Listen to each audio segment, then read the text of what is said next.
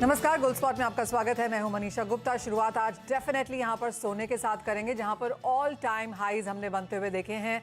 कल रात यहां पर 2040 तक अंतर्राष्ट्रीय बाजारों में सोना जाता हुआ नजर आया। कुछ मुनाफा वसूली उन स्तरों से है, लेकिन भारतीय बाजारों में हमने 61,000 के आसपास के स्तर अब भी बनते हुए देखे। क्या ये खरीदारी के मौके हैं? जो भारतीय बाजारों में डिस्काउंट है उसका क्या करें, उस पर करेंगे चर्चा। साथ ही बात करेंगे चांदी की, जहां पर 75,000 रुपए प्रति किलो के ऊपर अब भाव निकलते हुए नजर आए हैं। साथ ही बात करेंगे यहां पर कच्चे तेल की, जो कि ब्लैक गोल्ड के नाम पे जाना चाहता है। यहां पर भी $85 के ऊपर प्राइसेस बरकरार हैं। इस हफ्ते की अगर बात की जाए तो अब तक 7% की तेजी के साथ कच्चे तेल में कारोबार।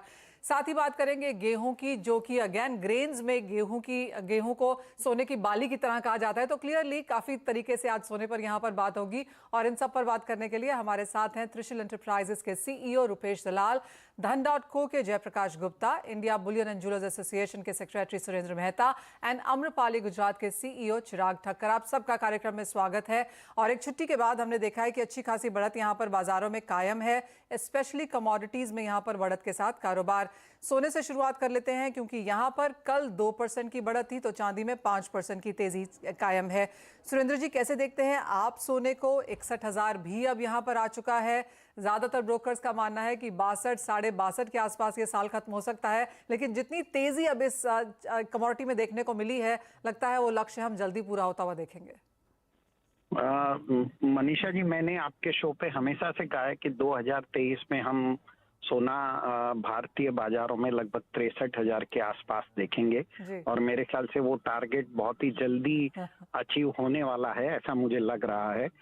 देखिए, अमेरिका की जीडीपी 25 ट्रिलियन डॉलर है, और उसका जो डेट है वो 32 ट्रिलियन डॉलर है। अब आप जॉब ओपनिंग्स के डेटा देखें तो वो 9 मिलियन हो गए, जो पिछली बार 10.5 मिलियन थे। उनके इंडस्ट्रियल प्रोडक्शन लगातार गिरते जा रहे हैं।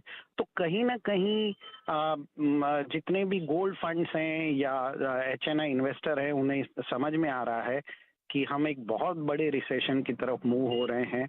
और जिस प्रकार से जो दूसरी कंट्रियां अपनी इंडिविजुअल करेंसी में लेन देन करना चाहती हैं, यूएस डॉलर में लेन देन नहीं करना चाहती, तो उन्हें अपनी करेंसी को मजबूत करने के लिए गोल्ड का रिजर्व बढ़ाना पड़ेगा।